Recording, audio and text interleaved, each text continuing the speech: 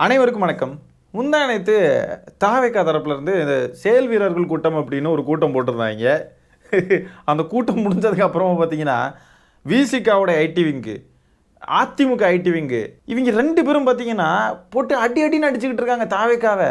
என்னடா ஆச்சுன்னு போய் பார்த்தா விஜய் அவர்களும் ஆதவர்ஜுனாவும் வாய் விட்டுருக்கிற லட்சணம் அப்படி. சரி, இவங்க ரெண்டு பேரும் சேர்ந்து எதுக்கு தாவேக்காவை போட்டு புரட்டி அடித்து எடுத்துட்டு இருக்காங்கன்றதை தான் இந்த காணொலியில் பார்க்க போகிறோம். வாங்க என்னன்னு பார்ப்போம். முதல்ல தமிழ்நாட்டு அரசியலுடைய ஆகச்சிறந்த தற்கூறிகளில் ஒருத்தரான ஆதவர்ஜுனா என்ன பேசியிருக்காருன்றதை பார்ப்போம். பேசுகிறப்ப பார்த்தீங்கன்னா விசிகாவில் மொத்தமே 20 பேர் தான் இருக்காங்க அப்படின்ட்டாப்புல. அந்த காணொலி லைட்டாக பார்ப்போம் வாங்க. அண்ணன் திருமானன் அவர்களே, நீங்க என்ன எவ்வளவு வேணா திட்டிக்கோங்க, ஆனா உங்க கட்சி மாறி ரொம்ப நாள் ஆச்சுங்க.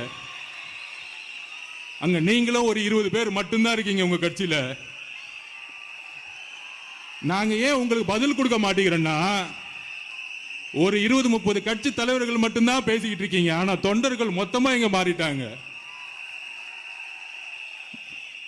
நம்ம கட்சிக்காரெல்லாம் கேட்போம், என்னென்ன இப்படி திட்டிகிட்டே இருக்காங்க, நம்ம பதில் கொடுக்க மாட்டேங்கிறேன்னு. ஆதவர்ஜுனாவுக்கு திமுகவை பழி வாங்கணும், அதனால விசிகாவுக்கு போனாப்புல. அங்கே போய் அவர் நினச்சதெல்லாம் நடக்கலை அப்படின்ன உடனே இப்போ தாவேக்காவுக்கு போயிட்டாப்புல. தாவேக்காவுக்கு போய்கிட்டு விசிகாவே இப்படி தப்பு தப்பாக பேசுகிறாப்புல. திருமாவளவன் அவர்களையும் இந்த மாதிரி நக்கலாக பேசிக்கிட்டு நையாண்டி அடிச்சுக்கிட்டு இருக்காப்புல. அதாவது விசிகாவிலேருந்து எல்லாருமே தாவேக்காவுக்கு வந்துட்டாங்களாம். விசிகாவில் ஒரு 20 பேர் தான் மொத்தத்திலே இருக்காங்களாம். சரி, தாவேக்காவில் அப்போ நிறைய விசிகாக்காரங்க இருக்காங்கன்னு சொல்கிறார் இல்லையா? தாவேக்காவில் அப்படி அத்தனை விசிகாக்காரங்க இருக்காங்கன்னே அவங்களெல்லாம் காட்டுங்க, அவங்களெல்லாம் பேட்டி எடுக்க விடுங்க, நான் விசிகாவிலேருந்து வந்திருக்கேன் அப்படின்ட்டு அங்கே இருக்கிறவனுங்க சொல்லிட்டு பார்ப்போம். இந்த டைலாக் எந்த கட்சியை பார்த்து சொல்லலாம்னா நாம் தமிழர் கட்சியை பார்த்து சொல்லலாம். நாம் தமிழர் கட்சியிலேருந்து எல்லாருமே இங்கே வந்துட்டாங்கன்னு சொல்லலாம். ஏன்னா அதுதான் உண்மை. அங்கே இருக்கிறவனுங்கெல்லாம் பாஜக சங்கிகளும் நாம் தமிழர் கட்சியோடைய ஜாம்பிகளும் தான் அங்கே இருக்கானுங்க. விசிகா திமுக மாதிரி கட்சிகள்ல இருந்தெல்லாம் தாவேக்காவுக்கு யாரும் போயிருக்க வாய்ப்பே இல்லை. அப்படி போகிறாங்க அப்படின்னு சொன்னாக்க அது தவிட்டு தற்கொலைகளாக தான் இருக்கும். இந்த கட்சியை நல்லா உள்வாங்கிக்கிட்டு இந்த கட்சியுடைய கொள்கைகளை உள்வாங்கின நபர்கள் என்றைக்குமே திமுக விசிகா மாதிரி கட்சிகளை விட்டு தாவேக்காவுக்குலாம் போக மாட்டாங்க. யாராவது 1-2 பேர் இருக்கலாம், விஜயுடைய ரசிக மோகத்தில் போயிருக்கலாம். 1-2 பேர், ரொம்ப ரொம்ப சொற்பமான எண்கள் தான், அதையும் நம்ம சொல்ல முடியும். அப்படியே விசிகாவில் இருக்கக்கூடிய எல்லாருமே அப்படியே போயிட்டாங்களாம். என்ன பேச்சு இது? இந்நேரத்துக்கு ஆதவர்ஜுனா விசிகாவில் இருக்காருன்னே கற்பனை பண்ணிப்போமே. ஆதவர்ஜுனுடைய நிலைப்பாடு இப்படி தான் இருக்குமா? விசிகாவில் இருக்க எல்லாரும் தாவேக்காவுக்கு போயிட்டாங்க, டப்பா இங்கே இருக்க ஒன்றும் இல்லை அப்படின்ட்டு யோசிச்சுட்டு இருப்பாரா? இந்த தாவேக்காரனுங்க வைஷ்ணவின்ற பொண்ணை போட்டு என்ன பாடுபடுத்திக்கிட்டு தானுங்க. அந்த பொண்ணு தாவேக்காலேருந்து வெளியே வந்துருச்சு, தாவேக்காவை எதிர்த்து பேசுது, விஜயோடைய அரசியலை எதிர்த்து பேசுதுன்னு சொல்லிட்டு என்ன பாடுபடுத்துனானுங்க. ஆனால் இந்த ஆதவர்ஜுனா பண்ணக்கூடியதுக்கெல்லாம் எதுவுமே பண்ண மாட்டேங்கிறானுங்க. ஏன்பா நீ இருந்துட்டு வந்த கட்சி இந்த மாதிரி பேசிக்கிட்டு இருக்கே, இதெல்லாம் தவறு இல்லையா அப்படின்ட்டு ஆதவர்ஜுனாவை பற்றி கேட்க மாட்டேங்கிறானுங்க. Double standards. அவனுங்களுக்கு வந்தால் ரத்தம், மற்றவங்களுக்கு வந்தால் தக்காளி சட்னி. ஸோ ஆதவர்ஜுனா இந்த மாதிரி பேசினதுக்கப்புறம் விசிகாவை சேர்ந்த தோழர்கள்லாம் போட்டு மிதின்னு மிதிச்சதுக்கப்புறம் ஆதவர்ஜுனா பயந்தடிச்சு ஒரு ட்வீட் போட்டிருக்காப்புல. எனது அருமை விசிகா தோழமைகளுக்கு, இன்று நடந்த தாவேக்கா செயல் வீரர்கள் கூட்டத்தில் நான் பேசின பேச்சோடைய சில வார்த்தைகளை தப்பாக புரிஞ்சுக்கிட்டீங்க. அதன் காரணமாக என் மேலே நீங்கள்லாம் கோவப்பட்டு இருக்கீங்கன்றது எனக்கு தெரியுது. ஆட்சியிலும் அதிகாரத்துலேயும் பங்கு அப்படின்ற முழக்கம், ஒடுக்கப்பட்ட மக்களுக்கான அதிகாரம் அவங்களுடைய கரங்களில் கிடைக்கும் வரை எனது குரல் வலையிலிருந்து ஒழித்து கொண்டே இருக்கும், அது இதுன்னு சொல்லிட்டு பேசியிருக்காப்புல. அப்புறம் ஒடுக்கப்பட்ட மக்களுக்கு ஒருபோதும் அதிகாரம் கிடைத்து விடக்கூடாது என நினைக்கும் திமுக தலைமை கடுமையாக ஒடுக்க பார்க்கிறது அப்படின்றாப்புல. என்ன இது? எதுக்கு சம்மந்தம் இல்லாமல் திமுக பற்றி பேசுகிற பைத்தியமானி? விசிகா தலைவர் திருமாவளவன் அவர்களையும் விசிகா கட்சியும் பார்த்து பேசுகிற இடத்துல திமுக வேட்டுக்குள்ள பாயிரணி அது இது ஆத்திரபூச்சரன் என்னெல்லாமோ போட்டுக்கிட்டு எனது கருத்து தவறான வகையில் பரப்பப்பட்டு வருகிறது, திமுக செய்து வருகின்ற அந்த திருப்பு அரசியலுக்குள்ள விடுதலை சிறுத்தைகள் கட்சியின் தோழர்கள் சிக்கிவிடவே கூடாது என்பதற்காகவே இந்த வழக்க பதிவு அதுன்னு சொல்லி போட்டிருக்காப்புல. ஆமாம், திமுகவுக்கு வர வேலை இல்லை, இவர் பெரிய புடுங்கி இவர் மேலே நெகட்டிவான இமேஜ் கிரியேட் ஆகணும்னு சொல்லிட்டு இங்கே விசிகா தோழர்கள் எல்லாம் அவருக்கு எதிராக திருப்பி விடுறதா இங்கே இருக்க பெரிய அரசியல். தமிழ்நாட்டில் இதுதான் பெரிய அரசியல். இவர் பெரிய மயிறு, இவர் அப்படியே தமிழ்நாட்டு அரசியலில் பெரிய ஆளுமை மசரு. இவருக்கு எதிராக அங்கே திமுக செயல்பட்டுக்கிட்டு இருக்கு. இவருக்கு பூனை கண்ணை மூடிக்கிட்டு உலகமே இருட்டுன்னு நினச்சது அந்த மாதிரி தான் இருக்குது தற்கொலை. ஆஃப்டர் ஆல் நீயும் ஒரு மடக்கு ஊதி கட்சியை சேர்ந்த ஒரு மடக்கு ஊதி தானே. ஆதவர்ஜுனா விசில் ஊதுறதை நம்ம இன்னும் பார்க்கல, அது ஊதுறப்ப பார்ப்போம் அந்த ஊதி எப்படி இருக்குன்ட்டு. எழுச்சி தமிழர் திருமாவளவன் அவர்கள் விசிகாவில் ஆதவர்ஜுனான்ற நபருக்கு துணை பொதுச் செயலாளர் அப்படின்ற ஒரு பதவியை கொடுக்கல அப்படின்னு சொன்னாக்க அந்த நபரை யாருக்குமே தெரிஞ்சிருக்காரு. அப்படி ஒரு நபர் இருக்காருன்றதே அந்த ஒரு பொறுப்பில் இருக்கிறதுனால தான் தெரிஞ்சுது. விசிகாவுடைய துணை பொதுச் செயலாளரா அப்படின்னு சொல்லிட்டு தான் தெரியுமே, இல்லைன்னா தெரிஞ்சிருக்காது. இன்னைக்கு என்னன்னா அவரையே இப்படி கொச்சையா பேசிக்கிட்டு இருக்காங்க. வெறும் 20 பேர் தான் இருக்காங்கன்னா என்ன அர்த்தம்? அது பேசுறதெல்லாம் இவர் பேசிக்கிட்டு அதை திமுக பக்கம் டைவர்ட் பண்ணிடுறது. எல்லாம் வன்மம் முடிச்சு போய் அலையுது. இந்த நபருக்கு இப்படி ஒரு வன்மம், விஜய் அவர்களுக்கு என்ன மாதிரியான வன்மமோ அது இன்னைக்கு வரைக்கும் தெரியல. என்னத்துக்கு அந்த நபர் இப்படி வெறி பிடிச்சு போய் திரிகிறாருன்றது தெரியல. இவர் ஒரு பக்கம் இருக்க, விஜய் அவர்களை வந்துட்டு அதிமுக ஐடிவிங்க போட்டு அடி அடி நடிக்கிறாங்க. என்ன ஆயிடுச்சுன்னு பார்த்தீங்கன்னா, அந்த கூட்டத்திலே விஜய் அவர்கள் பேசுறப்போ நம்ம இதுக்கு முன்னாடி இருந்த ஆட்சிக்காரங்கள மாதிரிலாம் இருக்க மாட்டோம், அது ஊழல் கட்சியா இருந்தாலும் சரி இப்போ இருக்கக்கூடிய தீய சக்தியா இருந்தாலும் சரி அப்படின்னு சொல்லிட்டு அதிமுகவை ஊழல் கட்சின்னு சொல்லிட்டாப்ல. அதனால அதிமுக காரங்க இருக்காங்க போட்டு மிதி மிதி மிதி மிதின்னு மிதிச்சிட்டு இருக்காங்க. படம் வெளியாகணும்னு கால் கெடுக்க நின்னதெல்லாம் மறந்து போச்சா விஜய் அவர்களே? மாஸ்டர் படம் வெளியே வரப்போலாம் எடப்பாடி பழனிசாமிக்கு நன்றி சொன்னீங்களே, அன்னைக்கு மட்டும் உன் படம் வெளியே வராமல் இருந்துருச்சுன்னா என்ன ஆயிருக்கும் அப்படி இப்படின்லாம் வந்துட்டு போட்டு மிதி மிதின்னு மிதிக்கிறாங்க. முக்கியமாக கரூர் சம்பவத்தில் விஜய் அவர்களுடைய நிலைப்பாட்டை குறித்து அதிமுக விமர்சனம் பண்ணியிருக்காங்க. அதிமுக ஐடி விங்கில் வெளிவந்த பதிவை தான் நான் இப்போ படிக்கிறேன். கரூர் சென்று கண்ணீரை துடைக்காம கிளிசரின் கண்ணீரோடு போட்டோக்களை வைத்து பேருக்கு ஒரு அஞ்சலி நிகழ்ச்சி நடத்திவிட்டு குற்ற உணர்ச்சி சிறிதும் கூட இல்லாமல் அந்த நிகழ்ச்சியிலும் தன்னை செல்ஃப் ப்ரொமோஷன் செய்து கொண்ட நார்சிஸ்டிக் பிஹேவியர் மிகவும் ஆபத்தான அரசியலின் அடையாளம் அப்படின்னு சொல்லிட்டு அதிமுக பதிவு போட்டிருக்காங்க. ஆனா பாருங்க, இந்த அடிமைகளுக்கு கொஞ்சம் கூட சுரணே இல்லை பாருங்க. இந்த கரூர் சம்பவம் நிகழ்ந்தப்போ எடப்பாடி பழனிசாமி அவர்கள் ஆதரவு தெரிவித்தார் விஜய் அவர்களுக்கு. விஜய் அவர்கள் மேல எந்த தவறும் கிடையாது, அது அரசுடைய தவறுன்னு சொல்லிட்டு எடப்பாடி பழனிசாமி அவர்கள் அப்போ வந்துட்டு ஆதரவு தெரிவிச்சாரு. பாருங்க, நம்ம கொடியெல்லாம் அசைஞ்சிருச்சு, பிள்ளையார் சொல்லி போட்டுட்டாங்க அப்படின்னு வச்சுக்கிட்டு இருந்தாப்புல. அவர் கூட்டணிக்கு வரணுன்றதுனால அந்த மாதிரிலாம் பேசிக்கிட்டு இருந்தாங்க. இப்போ என்னன்னா கூட்டணிக்கு வரமாட்டார் போலன்ற சூழ்நிலை உருவானதும் எதிர்க்கிறாங்க. என்னங்கடா உங்களோட டபுள் ஸ்டாண்டர்ட்ஸ், ரெட்டை நிலைப்பாடு, இவங்க தான் கபட நாடகம் ஆடிக்கிட்டு இருக்காங்க, இவங்களெல்லாம் பேச மாட்டேங்கிறாரு. இப்போ இந்த மாதிரி விமர்சனம் பண்ணுறாங்க அதிமுக. இதை பற்றி விஜய் அவர்கள் பேசுவார்னு நினைக்கிறீங்க? பேச மாட்டார். ஏன்னா அதிமுக பாஜக கூட்டணியில் இருக்காங்க இல்லையா, அவங்களெல்லாம் எப்படி பேசுறது? நல்லா இருக்கு. அது திமுக விசிக இந்த மாதிரி திமுகவும் திமுக கூட்டணி கட்சிகளும் வரப்போ என்ன வேணா பேசுறது. அதுலேயும் குறிப்பாக அவங்களுக்கும் திமுக கூட்டணி கட்சிகளில் இருக்கக்கூடிய மற்ற கட்சிகளுக்கும் என்ன பிரச்சனை வந்தாலும் அதுக்கும் திமுகவை தான் வந்து நொட்டிக்கிட்டு இருக்காரு. ஆனால் இப்போ அதிமுக கூட சலசலப்பு பிரச்சனை வந்துகிட்டு இருக்கு, அதுக்கு பாஜகவை போய் நொட்டுவாங்களான்னு பார்த்தீங்கன்னா நோ வே. பாஜகவை நம்ம பேச நேரடியாகவே பாஜக கூட நமக்கு பிரச்சனை இருந்தாலும் அப்படியே அமைதியாக இருக்கணும், ஒரு வார்த்தை கூட பேசக்கூடாது. என்ன பொழப்படா உங்களுது, என்ன பொழப்பு விஜய் அவர்கள்? இது ஒரு பொழப்பா? சினிமாலேயே கெரியர் உச்சத்திலே இருந்திருக்கனால இதுக்கு இவ்வளோ கஷ்டப்பட்டு கெரியர் உச்சத்தை விட்டுட்டு வரணும், அவ்வளோ கோடி ரூபா பணத்தை விட்டுட்டு வரணும், இதுக்கு அவ்வளோ கஷ்டப்படணும் இப்படி ஒரு பொழப்பு பிழைக்கிறதுக்கு? அதுபோக அதிமுக இன்னொரு அறிக்கை விட்டுருக்காங்க. பனையூர் பண்ணையார் அவர்களே அப்படின்னு ஆரம்பிக்குது அந்த அறிக்கை.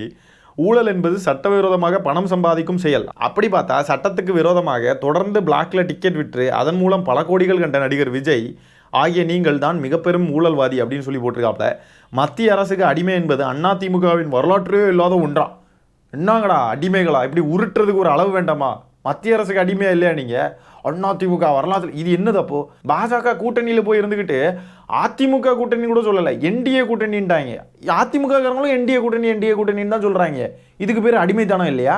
எப்போதெல்லாம் மாநில நலனுக்கும் உரிமைகளுக்கும் சோதனை வருகிறதோ அப்போதெல்லாம் தமிழகத்திற்கான உரிமைகளை போராடி பெற்று மக்களின் நலன்களை வாதாடி பெற்ற இயக்கம் எங்கள் அஇஅதிமுக என்னும் பேரியக்கம் என்பதுதான் வரலாறு.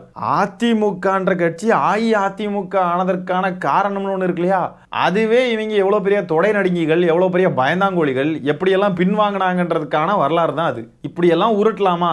அடிமை கூட்டமே, தன் திரைப்படம் வெளியாக வேண்டும்னு அன்றைய முதலமைச்சர் வீட்டில் 5 மணி நேரம் கை கட்டி காத்திருந்து வெளியிட்ட படத்தின் பெயரை நாங்கள் சொல்லவா? இல்லை, எந்த விதமான எதிர்பார்ப்பும் இல்லாமல் உதவி முதலமைச்சர் பெயரை நீங்கள் சொல்லுகிறீர்களா? இன்னும் இது எதுக்கடா இப்படி கிரிஞ்சு பண்ணிட்டு இருக்கீங்க அடிமைகளா? ஊழல் என்பது வெறுமனே அரசியலில் பணம் சம்பாதிப்பது மட்டுமல்ல, அண்டியோ இன்ஃப்ளூயன்ஸ் மூலம் தனக்கான வருமானத்தை பெருக்க அதிகார மையத்திடுவோம் மண்டிடுவோம் அதே வகை தான் பனையூர் பணையாரை என்னெல்லாமோ போட்டிருக்காங்க. என்னெல்லாமோ கடந்து கதறுன்னு கதறாங்க, ஒன்றும் புரியல. அவர் ஊழல் கட்சின்னு சொல்லிட்டாராம், அதுக்கு இந்த கதறிக்கிட்டு இருக்காங்க. உண்மைதானே? அது ஊழல் கட்சி இல்லையா நீங்க? அப்புறம் எதுக்கு ஊதுபத்தியெல்லாம் உருட்டுற நிலைமைக்கு போச்சு அந்த கட்சி? அம்மையார் ஜெயலலிதா அவர்கள் ஊழல் குற்றவாளின்னு சொல்லிட்டு நீதிமன்றத்தாலே தண்டிக்கப்பட்டிருக்காங்களே, அப்போ அது ஊழல் கட்சி தானே?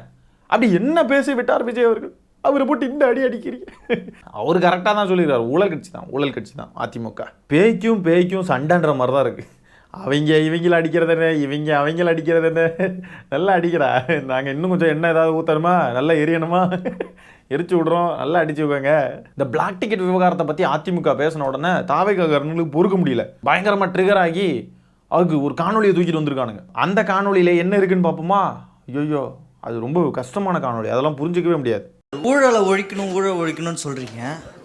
இப்போ ரீசெண்டாக வெளியாக போகிற ஜனநாயகம் படம் இருக்குல்ல சார், அந்த படத்துக்கு வந்து ஒரு 150 ரூபாய்க்கு உங்களால் கரெக்டாக ஒரு டிக்கெட்டே கொடுக்க முடியல.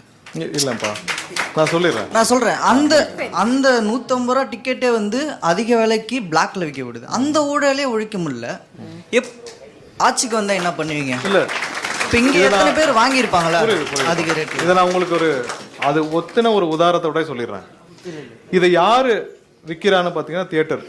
யாரு கண்ட்ரோல் பண்ணணும்? கவர்மெண்ட் தான் கண்ட்ரோல் பண்ணணும். ஏன்னா அவங்க தான் அதிகாரிகள் தானே இதை கண்ட்ரோல் பண்ணணும். நான் ஒன்றும் இல்லை, இன்னைக்கு ஆம்னி பஸ் இருக்கு. ஆம்னி பஸ்ஸில் இப்போ நீங்கள் வாரம் பார்த்துருப்பீங்க, வீக்கெண்ட் இந்த பொங்கல் வந்துருச்சு, 500 ரூபா விற்கிற டிக்கெட் 4000 ரூபாய்க்கு விற்கும். ஆம்னி பஸ்ஸுக்கு விற்கிறதுல யார் இதை கண்ட்ரோல் பண்ணும்? அரசும் அரசு சார்ந்த அந்த துறையை சார்ந்த அதிகாரிகள் தானே. தியேட்டர் யார் கண்ட்ரோல் இருக்கு? தனிநபர்கள். அந்த டிக்கெட் எவ்வளவு கொடுக்கணும், என்னன்னு விலைக்கும் அதுக்கான டாக்ஸையும் யார் நிர்ணயிக்கிறது? ஸோ இதை நான் அரசு துறைகள் சரியாக செயல்பட்டாலும் இதெல்லாம் நடக்கும். இதை எப்படி ஒரு ஒரு ஒரு அந்த படத்தில் சார்ந்தவர்களும் அவர்களும் எப்படி போய் ஒரு 700 தியேட்டர் 800 தியேட்டரில் கண்ட்ரோல் பண்ண முடியும்? ஐயோயோ, பயங்கரமாக கேள்வி கேட்டிருக்காரு. இவங்க பாருங்களேன், அதாவது பஸ்ஸு டிக்கெட்டையும் தியேட்டர் டிக்கெட்டையும் இவர் வந்து ரெண்டையும் ஈக்குவலாக பார்க்குறாராம். தியேட்டரில் புக்கிங் ஸ்டார்ட் ஆன உடனேயே விஜய் ரசிகர் மன்றத்தை சேர்ந்தவங்க, விஜய் ரசிகர்கள்லாம் அந்த டிக்கெட்டெல்லாம் முதல்லையே பிடுங்கி வச்சிடுறானுங்க. பிடுங்கி வச்சுட்டு அந்த டிக்கெட்ஸை வெளியில் தனியாக அதிகமான ப்ரைஸுக்கு விற்கிறானுங்க. அதுதானே நடக்குது. பிளாக் டிக்கெட்டுன்றது என்ன, தியேட்டரே விற்கிறாங்களா? தியேட்டரே என்ன அதிகமான விலைக்கு போட்டு விற்கிறாங்களா? அப்படி இல்லை இல்லையா? இவனுங்க வாங்கி அதை வந்து பிளாக்ல விற்கிறானுங்க. பிளாக் டிக்கெட்டுன்ற கான்செப்டே அதுதான். பிளாக்ல விற்கிறது தான் பிளாக் டிக்கெட்டு. தற்கூரி மாதிரி பேசிக்கிட்டு இருக்காரு. பஸ்ஸு டிக்கெட்டை வந்து இப்படி விற்றுக்கிட்டு இருக்காங்களா? பஸ்ஸு டிக்கெட்டை யாராவது குறைஞ்ச விலைக்கு வாங்கிக்கிட்டு 500 ரூபாய்க்கு டிக்கெட் இருக்குன்னா அதை நாங்கள் பாருங்கள் 1500 ரூபா 2000 விற்கிறாங்களா? இல்லை இல்லையா? பஸ் டிக்கெட் அப்படி விற்கிறது இல்லையா? பண்டிகை காலங்களில் பஸ் டிக்கெட் எல்லாம் ப்ரைஸை ஏற்றுறாங்க. அதை எவ்வளோ தான் கட்டுப்படுத்த முயற்சி செஞ்சாலும் அதை தனிப்பட்ட வாகன உரிமையாளர்கள், அந்த பஸ் ஓனர்ஸ் வந்துட்டு அதுக்கு பல காரணங்களை சொல்லி அந்த விலையை வந்து ஏற்றுறாங்க. சில பேர் வந்து கம்மி விலைக்கு விடுறாங்க, ப்ராப்பராக விடுறாங்க, அப்படிலாம் இருக்குது. ஆனால் பஸ் டிக்கெட்டை யாரும் நியாயமான விலையில் வாங்கிட்டு அதிகமான விலைக்கு பிளாக்லலாம் யாரும் விற்கலை. பஸ் டிக்கெட் எங்கேயாவது பிளாக்ல விற்கிறாங்களா? ஆனால் விஜய் அவர்களுடைய படத்தோடைய டிக்கெட்ஸை இந்த ரசிகர்கள் வாங்கி அதை அதிகமான விலைக்கு விற்கிறாங்க இல்லையா? அது பிளாக் டிக்கெட் தானே. இதை யார் கண்ட்ரோல் பண்ணணும்? அரசு எப்படி இதை கண்ட்ரோல் பண்ண முடியும்? விஜய் அவர்கள் தான் தன்னுடைய ரசிகர்களை கண்ட்ரோல் பண்ணணும்.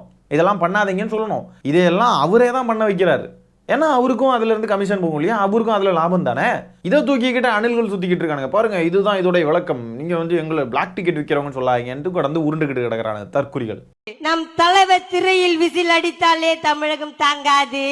இப்போது தமிழகம் முழுவதும் விசில் அடிக்க போகிறோம். இனி ஊழல் ஓங்காது.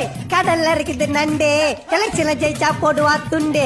மண்ணியோ இப்போ 12, இதுக்கு இல்லையா சார் ஒரு 2, இதுக்கு இல்லையா சார் ஒரு 2. என்னடி வாய்ஸ் இதுன்னு கேட்குற மாதிரி தான் இருக்கு. நம் தலைவர் தளபதி வந்தாலே அது ஊழல் ஓங்காது, நம்ம விசில ஊத போகிறோம், தலைவர் மூஞ்சி தான் முக்கியம். இல்லை, அதிமுகவை விஜய் அவர்கள் ஊழல் கட்சின்னு சொல்கிறாரு. ஆனால் 2021ஆம் ஆண்டு வரைக்கும் அதிமுகவில் அமைச்சரவையில் இடம்பெற்றிருந்த செங்கோட்டையன் அவர்களை தன்னுடைய கட்சியில் சேர்த்துருக்காப்புல. அது எப்படி? செங்கோட்டையன் அவர்கள் மட்டும் என்ன மிஸ்டர் கிளீனா? அப்போது அதிமுகலேருந்து யார் வந்தாலும் ஏற்றுக்கிடுவாங்க. அவங்கெல்லாம் இப்போ கிளீனாக பிஜேபி மாதிரி நான் வாஷிங் மிஷினா தாவேக்காவும்? ஜெயலலிதா அவர்களை எதிர்த்து பேச மாட்டாங்க, ஏற்றுக்குவாங்க. செங்கோட்டையன் அவர்களே ஏற்றுக்குவாங்க. ஆனால் அதிமுக ஊழல் கட்சி. யார் அப்போ ஊழல் பண்ணது?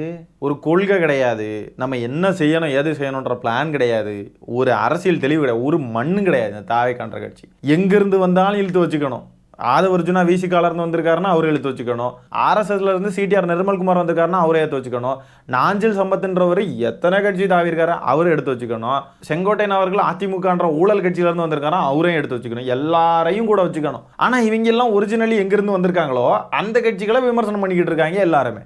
பாஜகவை தவிர பாஜகவை பற்றி பேச மாட்டாங்க. ஆனால் கொள்கை எதிரி. அதாவது பாஜகவை விஜய் அவர்கள் எப்படி எதிர்த்திருக்காருன்றதை சொல்லணும். உண்மையாகவே எதிர்த்திருக்காரு. எப்படி தெரியுமா? அதை எப்படி நம்ம புரிஞ்சுக்கணும்னா, கொள்கை எதிரின்னு சொன்னாலே அதுக்கு பேர் தாங்க எதிர்ப்பு. கொள்கை எதிரியை எப்படி எதிர்க்கணுன்றதெல்லாம் பார்க்காதீங்க. அதுக்கு என்ன பண்ணணும் அதை பற்றிலாம் பேச முடியாது. நாங்கள் கொள்கை எதிரின்னு சொல்லிட்டோமா, அதுதான் எங்களுடைய எதிர்ப்பு. அதை தாண்டி திருப்பரங்குன்றம் விவகாரத்தில் வாயை திறக்க மாட்டோம். பாஜக என்ன அட்டூழியங்கள் செஞ்சாலும் வாயை திறக்க மாட்டோம். எங்களையே போட்டு நசுக்கினாலும் நாங்கள் வாயவே திறக்க மாட்டோம். நாங்கள் பாஜகவை கொள்கை எதிரின்னு சொல்லியிருக்கோம்ல, அதுதான் நாங்கள் காட்டுற எதிர்ப்பு. அவ்வளோதான். அதுக்கு மேலே எங்களுக்கு கேட்க எங்களை விட்டுருங்க அப்படின்ட்டு தான் இருக்காங்க. பாஜகவை இவங்களாம் அதுக்கு ஏற்ற மாதிரி தான் டீல் பண்ணிக்கிட்டு இருக்கு. குழந்தைங்க கையில் விசிலை கொடுத்தா அது பாட்டு ஊதிக்கிட்டு கிடக்கிற மாதிரி ஒரு விசிலையும் கொடுத்துட்டாங்க. இவனுங்க ரோட ஊதிக்கிட்டு குழந்தை மாதிரி திரிகிறானுங்க. ஆனால் இவனுக்கு டேஞ்சரஸான குழந்தைகள், விஷ குழந்தைகள். இவனுங்கெல்லாம் மக்களையெல்லாம் சாவடிப்பானுங்க, மக்களையெல்லாம் தொந்தரவு பண்ணக்கூடிய விஷ ஜந்துக்கள். சரி மக்களே, இந்த காணொலியை நான் இத்துடன் நிறைவு செய்து கொள்கிறேன். நன்றி, வணக்கம்.